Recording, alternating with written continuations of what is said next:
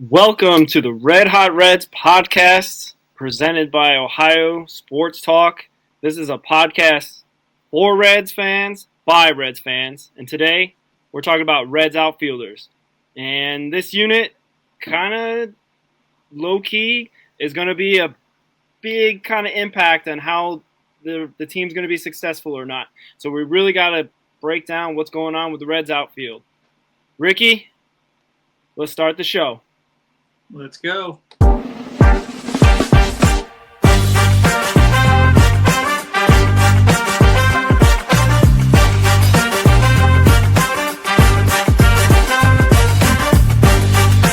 This is the Red Hot Reds podcast. Here are your hosts, Ricky Logan and Roger Straz. All right, Ricky, I want to say thanks for everyone tuning in for our last two episodes. This is episode 3. I want to thank Doug and Jordan for lending us this platform on Ohio Sports Talk to be able to get out some good Reds content for you all before the start of the 2025 season. We're all excited. Make sure you subscribe on YouTube, Ohio Sports Talk, X, Instagram, Facebook, all those good things. Like, subscribe. We want to make sure we get that good Reds content out to you.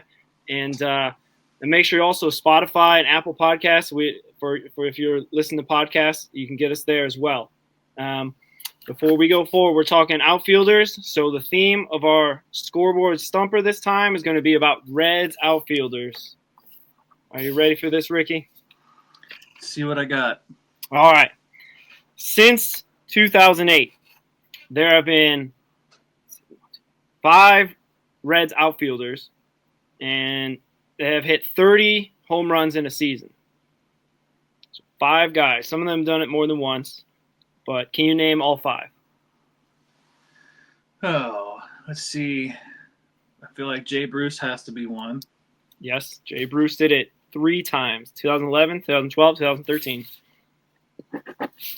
Ryan Ludwig? No, not Ludwig. Is he short? Yeah. 2008. Would that be Adam Dunn on that? Yeah, they moved him to outfield because of Joseph Daniel Votto. I don't know if you heard of this guy. But it's pretty good. Yeah, the funny thing about 2008 is that actually he played 114 games for the Reds in left and got traded that year to Arizona. So he still hit 30 home runs before they shipped him off to the desert. All right, so we got 2 guys. 3 more. Yep. Let's see. Any hint, they're all more recent than those 2 guys. So after 2013 and whatnot. Nick Castellanos. Correct. Nick Castellanos, 2021, most recent time. The last guy to hit 30 home runs for the outfield for the Reds in 2021. Let's see. Might need to phone a friend on this one. This guy, he won a World Series in 2021 with the Braves, if that rings any bells. Yeah. I think he had some time with the Marlins, too. Anyway. Oh, man.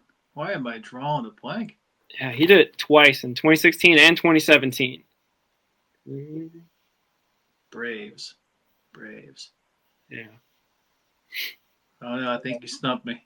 Adam Duvall. Oh, man. Yep. And there's one left, and this one I thought was the hardest because I forgot about this guy too because I thought he had a decent season, but I didn't think he hit 30. He also did it in 2017 alongside Adam Duvall. You got any thoughts on that? This last one. For some reason, and I know it's not right, but Johnny Gomes keeps popping in my head. No, not Johnny. It's not Johnny Gomes. Not Johnny, unfortunately. It's Scotty Schebler. Scott, oh, man. I forgot all about him. Yeah, and the crazy stat line of his in 2017, he hit 30 home runs and only 67 RBIs.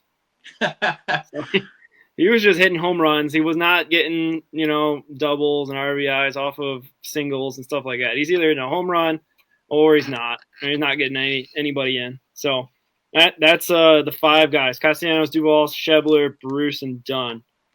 So, hey, that also I think kind of encapsulates a bit about kind of what I've been thinking about the Reds outfield for the last, the 4 seasons. The last guy to hit 30 home runs is Castellanos in 2021, and nobody really has kind of got close to 30 since. So we had Steer last year, but he played like a utility guy playing everywhere. It wasn't a everyday outfielder, but he's kind of hopefully going to be an everyday outfielder going forward and maybe become that next guy to hit 30.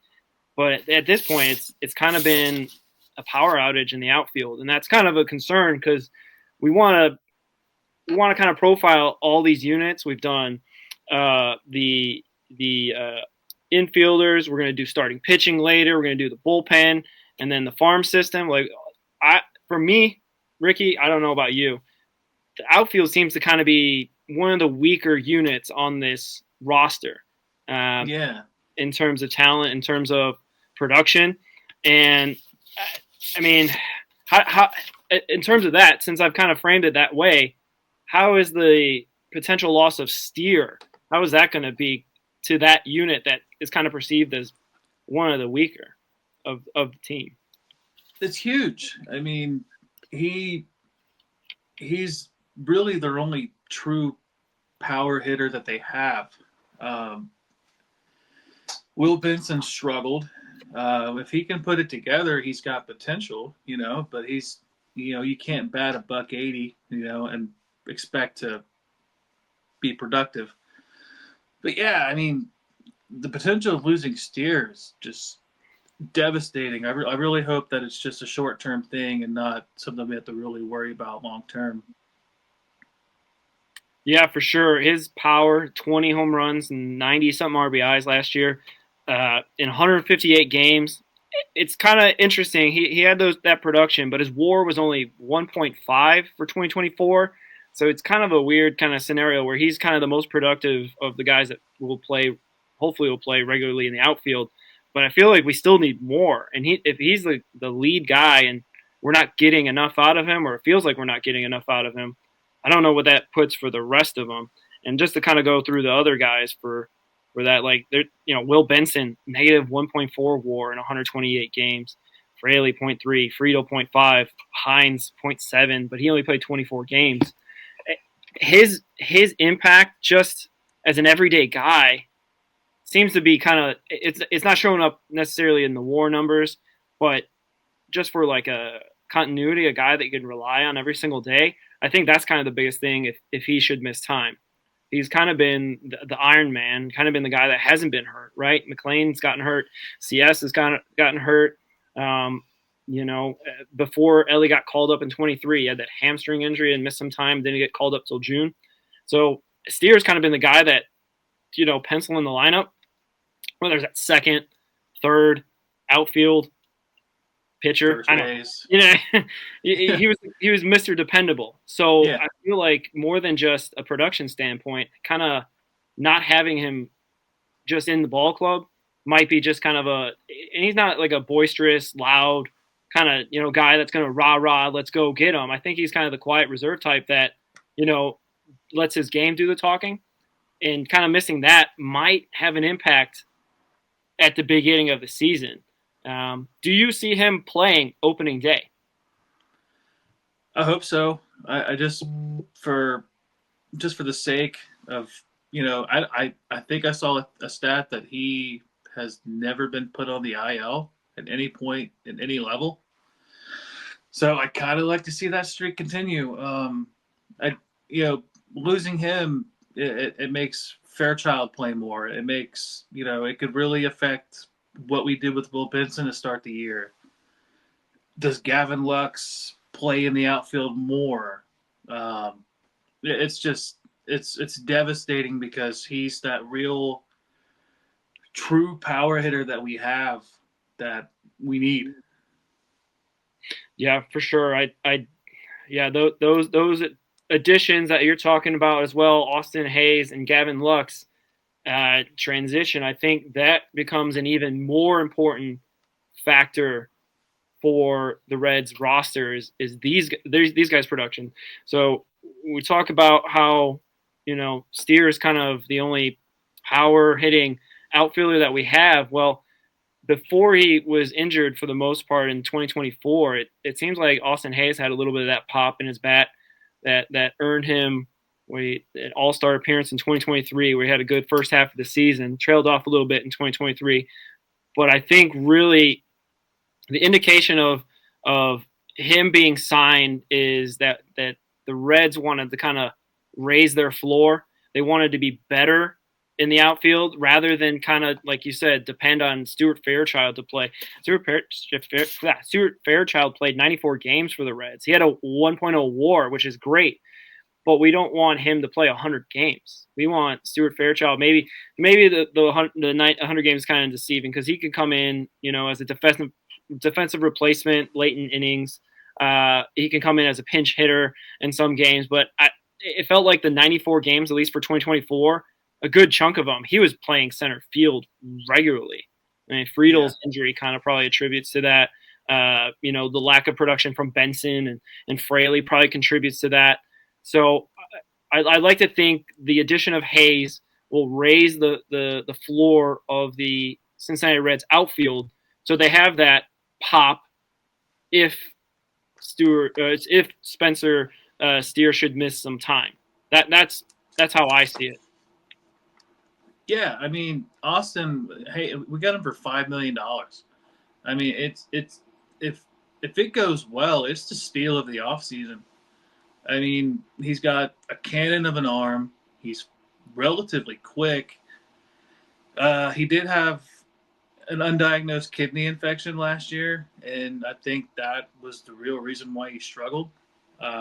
He's been an above-average hitter his entire career, and he had really good pop, especially at Camden Yards. Like that ballpark, he did that before they moved the wall in. So his bat really projects well at Great American Ballpark, and I think he could maybe hit that 25 home run mark. And I think that'd be huge if he could do that. Yeah, for sure. Fangraphs predicts that Hayes has a 15 home run, 58 RBI season, which, I still think that even if they get that, like the Reds get that from Hayes, I don't think they're thinking that they, wasted their money, right? Like 25, that's like you said, becomes steal the season. But if we get anything close to 2023 Austin Hayes, I think like I've been saying, it raises the floor, gives them more depth in the outfield in case there's injuries, in case there's some power outage, in case there's some guys that are just struggling, like Benson or Fraley. Like, hopefully we'll fill those gaps of where we need that production. Sometimes we can't solely depend on Ellie De La Cruz and McLean and Stevenson and CES to kind of carry the whole offensive load. As much as we'd like those guys to be all-star world beaters, they can't carry the whole team. It's a team game, and we need the bottom of the lineup to be competent and not just be just easy outs. You just don't want to give easy outs away, and put more pressure on the guys that are at the top of the lineup. But yeah, and Lux doesn't have the same pop, but he does have the left-handed bat to add to this mix. And we talked about Lux a little bit in the last episode, that he's kind of the odd man out a little bit, especially if Candelario and CES they kind of go to their expectations and become somewhat everyday guys at first and third or whatnot. And how do you see Lux fitting into potentially the outfield at this point in time, since he might not have a home in the infield? Yeah, I mean, like, thankfully he's flexible, so he can play left. I'm assuming he could probably play right field too. He like you said, he doesn't have a ton of pop, but I think with Great American, anything's possible. He's got decent speed. He's got an okay arm. So yeah, I mean, we only gave up a prospect and I think a compensation pick for him, so it wasn't terrible. We gave up Mike Sirota. He was our 3rd round pick this past year, so we're not really going to notice unless Lux just is completely worthless. But I don't see that happening. I think he's going to be at least at minimum serviceable player. And if everything works out, he could be a key contributor to the team. Yeah, I think so as well. That he's not going to blow you away with his power. I think being from the Dodgers organization, knowing how to play winning baseball, he may be able to just lend that kind of experience and hopefully that willingness to be flexible and fit in the outfield if he's called upon, and provide, the odd RBI, the odd double, because I think that Fangraphs has him predicted for 10 home runs, 63 RBIs, and 20 doubles, and that's decent if he's kind of a platoon guy, kind of coming off the bench, not playing every day.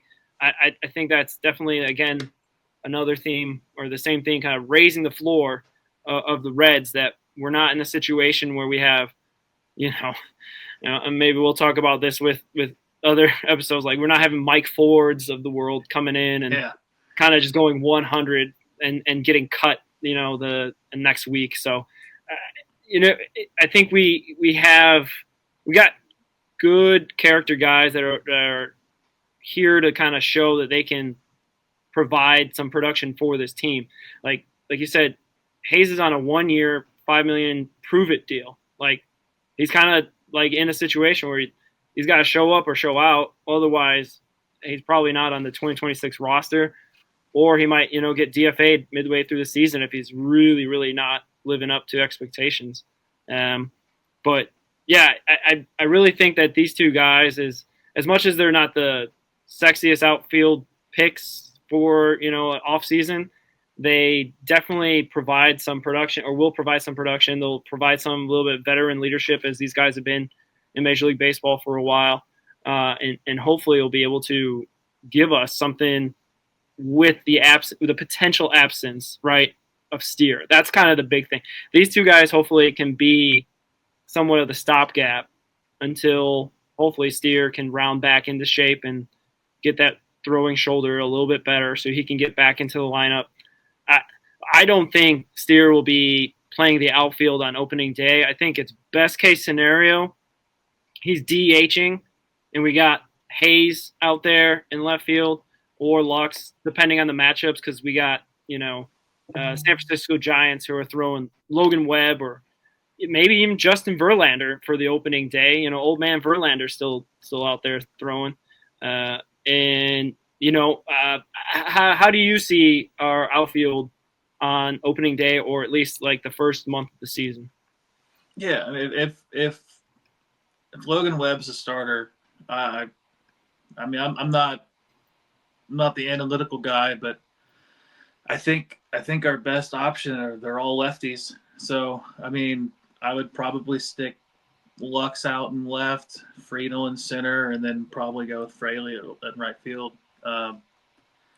Hayes doesn't have terrible splits, so it's not the end of the world if he plays. He might be a DH situation if Steer can't play, so that's always an option too. What are you leaning towards? Yeah, I like Hayes, even though I think the splits suggest that he's better against left-handing pitching, which I think is part of that lifting the floor because of how horrible, we've been against left-handed pitching. I think Benson especially has been real horrible against left-handed pitching.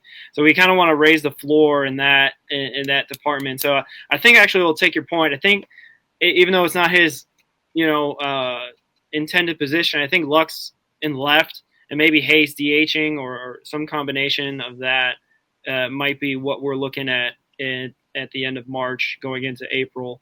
That is also if Steer's not ready to go, right? Like this has kind of been the biggest question mark, and luckily for the Reds, last year at this time we were all kind of in a bit of a depression with McLean being, looked on his shoulder and whatnot, and then eventually just not playing for the whole year. Hopefully it's not, history repeating itself, so to speak. But I really think that the Steer thing, hopefully it'll get cleared up and we'll be able to see him maybe, April, May sometime. We'll be, not as worried about his future health going forward.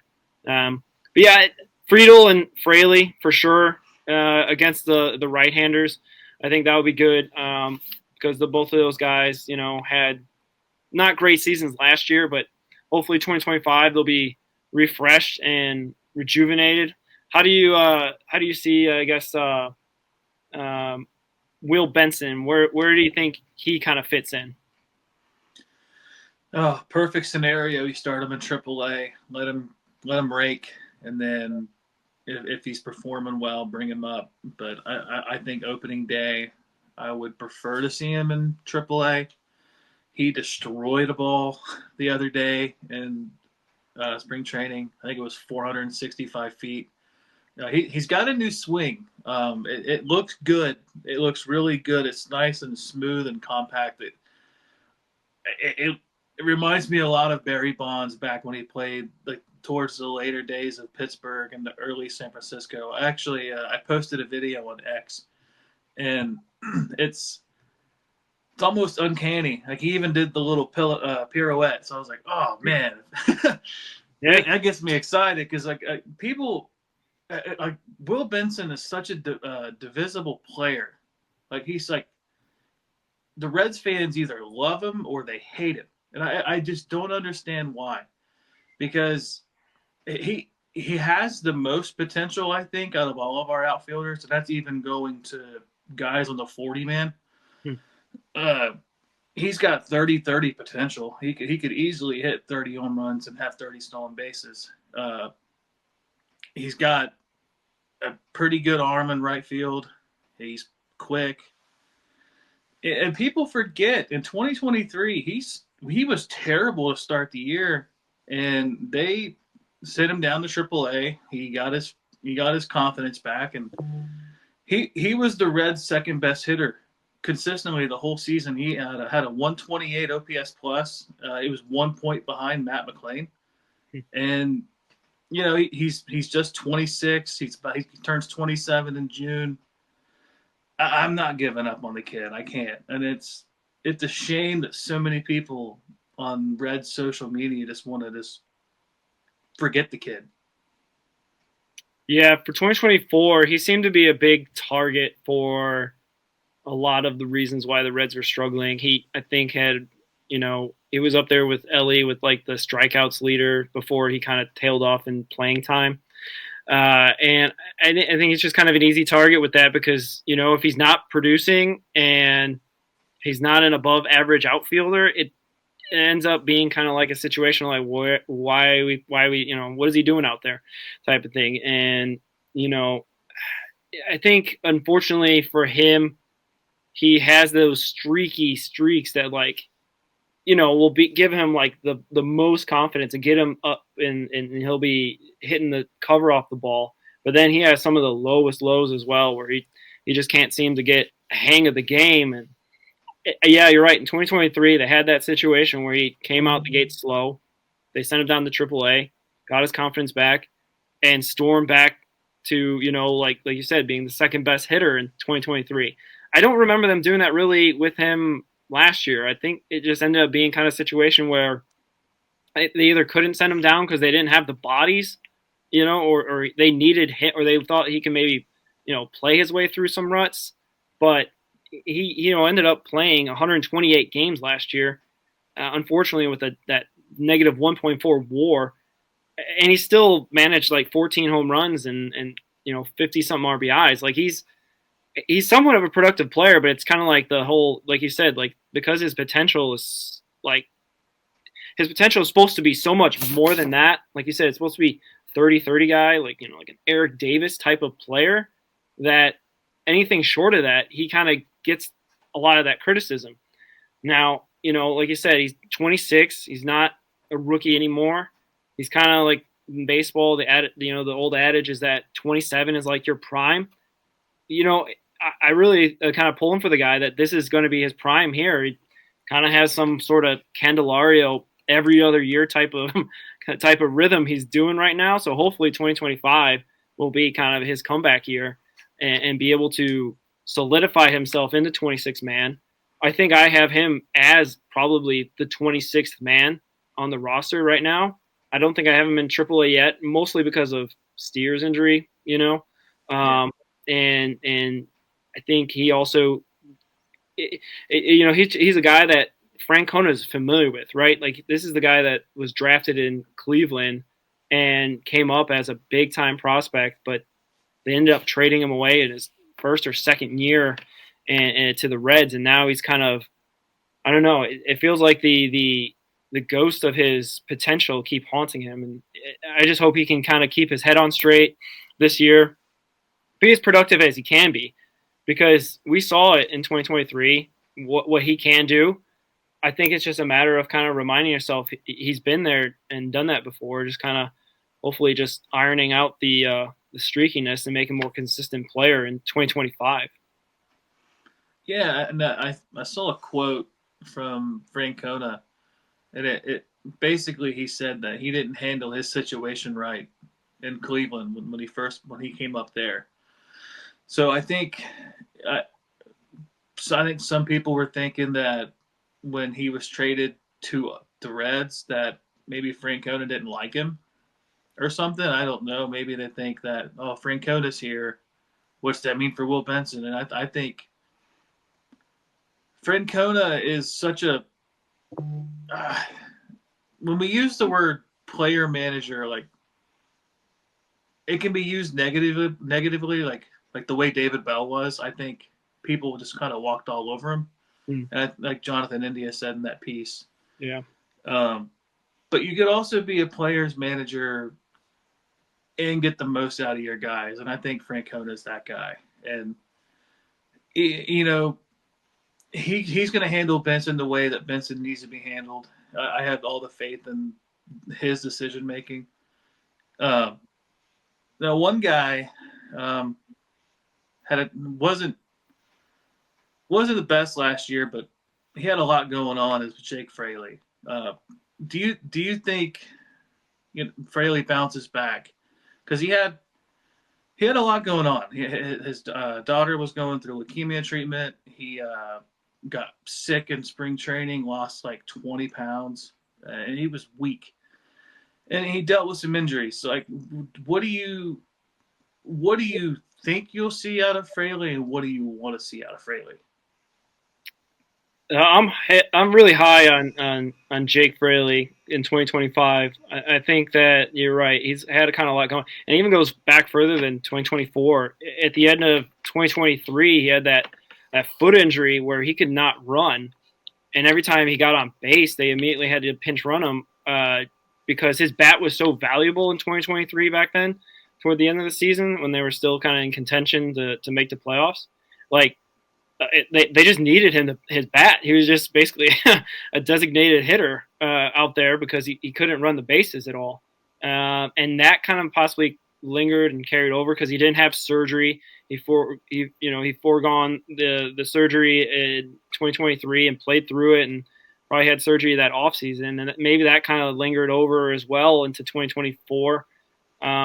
Plus the other issues that you just mentioned, it really zapped his power. It really zapped his pop in his bat because he was known as not rake Fraley, but like singles Fraley. And he led the Reds in batting average at 277, which is not anything leading in Major League Baseball, but I mean he played 116 games and led the team in batting average, and that's admirable. But I think maybe in Joey Votto's era of baseball, Moneyball era, where it's just get on base and kind of churn over the runs that way, I mean, that was more valuable. But now kind of like you got to hit for extra base hits nowadays or hit for power to kind of have that OPS plus kind of be a valuable number, because I don't think his OPS plus was very, very big in 2024 because of the fact he was just kind of hitting singles, not really providing power that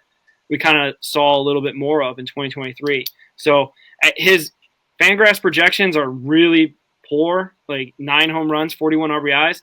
But I think that's because they just feel that, I don't know if they think that the power's gone from Fraley, but I think having his daughter kind of survive her treatment and all the stuff that kind of goes along with that, I think 2025 will be a good fresh start for him, and I think he'll be a guy that he'll be a key to success in that outfield. Now with Steer missing, Friedl's coming back after playing less than 100 games last year. He's going to be kind of a key contributor to make sure this outfield unit is, pretty good above replacement. Like, they're just not going to be average guys out there. They're going to be above average and get production that will win ball games, So I feel like, 20 home runs is probably the ceiling for Fraley in 2025.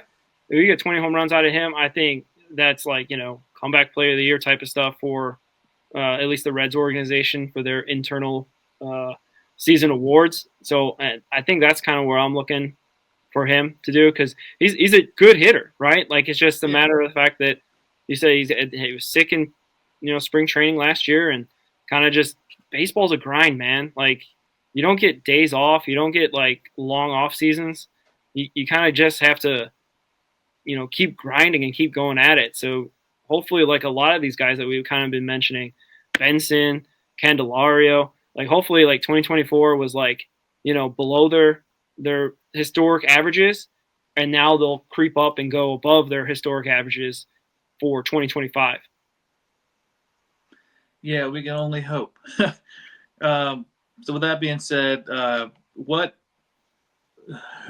your starting outfield opening day? Like your three guys, and this is regardless of left or right-handed pitching. Who's three guys, honestly, you'd want to see play every day in the outfield? Yeah, so if it's not specifically tailored to Logan Webb or Verlander of San Francisco, I think Austin Hayes in left field. I guess, are we also anticipating Steer's not ready for opening day? Okay. Yeah. So I say Austin Fields in left, Friedl in center, and Fraley in right would be like the everyday guys. And depending on matchups, depending on the lefty righty matchups, then we got Lux in there, you got Benson potentially, and there's a guy that we haven't really talked about. We talked about, I think, maybe a little bit in previous episodes. I think Rhys Hines will be a contributor to the ball club this year. I don't anticipate him being like 75 games, 80 games, 100 games type of guy, but I think I don't think he's going to be just the 1 week wonder either from 2024. I think he's going to come into his own now that he's got that experience, that confidence, and he'll come up to the big ball club if they need him and be able to produce for them. I think he's got, a pretty abysmal strikeout rate. So if he can kind of cut that down in the minors, he will be a better major leaguer and, again, kind of raise that floor of that outfield for the Reds in 2025. Who do you see at opening day, or just the everyday guys for the Reds in the outfield? I kind of lean towards what you said. I really like this Austin Hayes signing. I wanted him 2 years ago. If he could be 2023 Hayes, that's a dream. I like Hayes in left. I like Friedl in center. And I tend to lean towards Fraley and right. Another sleeper pick is Blake Dunn. Like he never really got it going, but he never really was a problem either.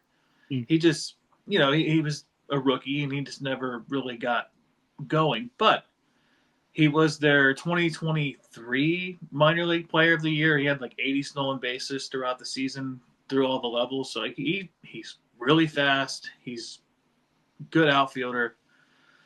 And then Stuart Fairchild, like his defensive ability, like his highlight reel last year was insane. Yeah. Like the clip of him robbing Machado in center field in San Diego and saying he looked like the Jumpman logo. Like Fairchild, he's obviously not as talented or like potential wise as Will Benson, but he gets just as much hate, and I just don't know why. But yeah, I lean towards what you said, and I if I had to pick two reserve players, I'd probably go Fairchild and I guess probably Lux. Yeah. Now, One thing on Fairchild though, it's I don't know if he'll get too much hate, but he definitely will not be able to get the ladies to too much attention from ladies anymore, because I think he got engaged over the off season. He did. He did. 14-year-old niece's much chagrin. So there's that as well. So like he might be getting hate from the girls now, because now he's locked up and gonna get married soon. So there's that too. Put him on the trade block. So with that, Terry Lee Friedl. Is TJ Terry Lee Jr.? Is that what that is? I think so. Okay, because unless he spells Lee really weird, TJ makes sense, But yeah, Terry Lee. Yeah, I never understood Terry Lee Friedl. What are your hopes for him in 2025? Because he had a lot of nagging injuries, and it was injuries that were just freak injuries. Like he got hit by a pitch. He dives for a ball in center field and tweaks his hamstring. Like, what do you want to see out of him this year? Yeah, that happened way too much. The getting hit on the hand for the Reds last season. It seemed like it was kind of, we're going conspiracy theory. It seemed like they were kind of like out for it. Not that, because it was different teams. It wasn't always just like the Cardinals or something. But I feel like they led the league in that category. Yeah, because CES got hit in the wrist too, right? Like that's how it. So like it's Anyway, health is the biggest thing I think for Friedl, because kind of just like Steer, his presence kind of just it gives a sense of confidence to the ball club. I think he's a little bit more of a leader because he's more of a vet. I think he's at 30, 31 years old now. So he's been around there. He's been there, done that, and he's got the ability to kind of like hit in some big spots. I remember just some big hits, triples or doubles for the 2023 version of Friedl that just seemed to just put the Reds in the position to win ball games. Unfortunately, in 2024, with, like you said, him being in and out of the lineup, it felt like the ball club was missing something, right? Like I know they say that India was like the captain of the ball club, but like I don't know, if I'm picking a captain for 2025, it's probably Hunter Green, it's probably TJ Friedl, right? Like guys that have been with the Reds the longest and are impact players when they get out there on the field. It's just a matter of him staying out there, staying healthy. He played, almost half the season. He played only 85 games last year, and I don't think that's going to get it done. If that happens again, if he's unfortunately in and out of the lineup that much, it will, even though if his numbers are good, it's just him not being in the lineup, right? I think we've kind of talked about where he should hit in the lineup. I think there'll be times where he'll be hitting leadoff, and there'll be sometimes probably he'll be hitting ninth to be that, as you would call it, that second leadoff position to, turn over the lineup. And I think that's huge to have him there. If he's not there, then, McLean's leading off most games, or I don't even know who else they would really turn to at that point. Maybe Lux. They want Ellie to lead off. That's what I've been seeing on social media. They want him to lead. I don't know. The two-hole, I think, in modern baseball nowadays is generally your best hitter, right? That's where they put Ohtani most games. I think that's probably where they're going to put Lindor or Soto in New York. Like, it's the first guy, kind of, you'll see his stuff, see what it's on and whatnot, and then the second guy comes up and he'll be able to read his stuff maybe out of his hand better, right? And I also just think because you want to get him the most at-bats as well, right? Because, I think leadoff hitter was at a time like where you put your best hitter. I think Aaron Judge for a long time for the Yankees hit leadoff just so he can get that fourth and fifth at-bat late in the game when they need it. So I don't know. Ohtani hit leadoff for a little bit when he was on the Angels. Yeah, that's true. I don't know if I like Ellie, though, leading off with his propensity to strike out. Yeah. I'd rather have like a table setter like McLean, like Friedl, like potentially Lux, if it has to be. Because, as long as like Friedl is kind of there 120, 130 games, I think the Reds will be in good spot. So his health much like kind of like some other guys, for this ball club, I think is kind of the most important factor is that he's productive and he's out there, and he's being that leader, in the ball club. And I think he plays 130 games this year, and I don't think necessarily the numbers are going to be flashy. He might have decent stolen base and triples, but I think he's got to be the table setter. He's got to be the guy that turns over the lineup out of the 9-hole, so that way the Reds just kind of keep that going and have a solid lineup 1 through 9. Yeah, in 2023, he played in 138 games. He hit 279, scored 73 runs, had 138 hits. Like, he was one of their better hitters in 23, and him batting leadoff, I think, was really detrimental for a lot of the guys' success. Because there was, if I remember right, in 23, they would have Friedl lead off and Benson bat ninth. Just because when Benson was hot, he could be that second leadoff man too, and it worked. And it's just one thing we know we can get out of Friedl's a good bunt. Yeah, that's true. Yeah, hopefully we can see some more of that this year, and hopefully he can be the shell of his own self. Because that's kind of the thing. It seems like we're kind of having this echoing theme throughout our episodes of talk about the good old days of 2023 and the good old days of when these guys were on the field and healthy, and like it's not to any of these guys' fault that 2024 went wrong. I know a lot of these guys get hate. Benson gets hate. You said Fairchild gets hate for whatever reason, but 162 games is a lot of ball games, and these guys are faster and stronger and throw harder than they ever have, more consistently. You know what I mean? Nobody's going up there with 88-mile-per-hour fastballs anymore because they know that a bunch of major leaguers can turn that around and send it into the seats. You know what I mean? It ends up being a game of attrition. It's a marathon, not a sprint, right? Like, that's why I'm not terribly concerned about Steer's injury. Obviously we haven't gotten an update in a while, so it kind of ends up being a nebulous, unknowing thing that we hopefully will get more answers soon. But, if he's not there and he ends up kind of being like a spark when he gets to April, and they had a terrible May in 2024. So if he's there in May to kind of get the production back up in the outfield, that's even better. You know what I mean? Because it's not really kind of how you start. It's about how you finish the season. And hopefully the Reds will be finishing strong this year with the guys that they, intend on playing every single day. Yeah, the days of the 88-mile-an-hour fastball died when Giancarlo Stanton took Jamie Moyer deep for a grand slam at 150 miles an hour off the bat. Jamie Moyer, yeah. He played till he was like 80. I don't know how. Now that we've gone through the infield, outfield, what's your 1 through 9 opening day?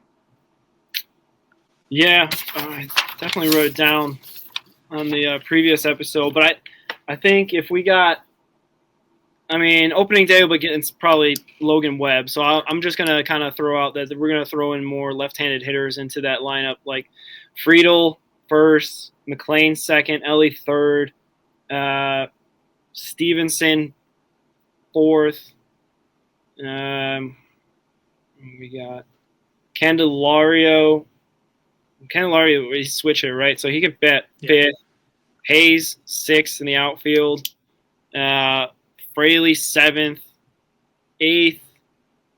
We got the DH. So we probably could go, Lux against the right-hander, Webb, and what am I missing?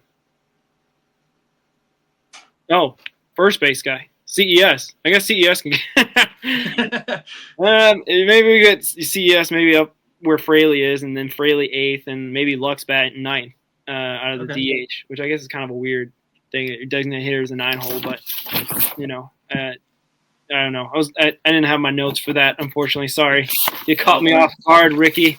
It was unplanned. It was unplanned. Yeah. What is your 1 through 9? I have leading off center field Friedl, second base Matt McLean, third shortstop Ellie De La Cruz, fourth first base Encarnacion Strand, fifth catcher Stevenson, sixth DH Candelario, seventh right field Fraley, eighth left field Hayes, ninth third base Lux. I did throw in a little twist though, because we don't know if Hunter Green has a catching preference. Yeah. So if he does lean towards Trevino, I do have Friedl, McLean, Ellie, Encarnacion, Stevenson playing at DH, Candelario at third, Fraley, Hayes, and then Trevino batting ninth. Yeah, Hunter Green's last spring training start, Trevino was the catching for him. I don't know I think Stevenson might have just had an off day. I don't think he was DHing for that, but like I think they're at least trying out maybe, comfortability levels for that because, as we we'll get into next episode about starters. Congratulations, Hunter Green, on being the opening day starter for March 27th against San Francisco Giants. We did not have a repeat episode of David Bell and Frankie Montas situation. I thought it was going to be Nick Martinez. Yeah, I mean, yeah, that would have been. We could probably get into it more with the starting stuff, but it just felt like, I don't know. It was probably. I mean, there's probably a lot of questionable decisions we can go through with Bell, but it was definitely the one that right off the bat was kind of like, we're back. Okay.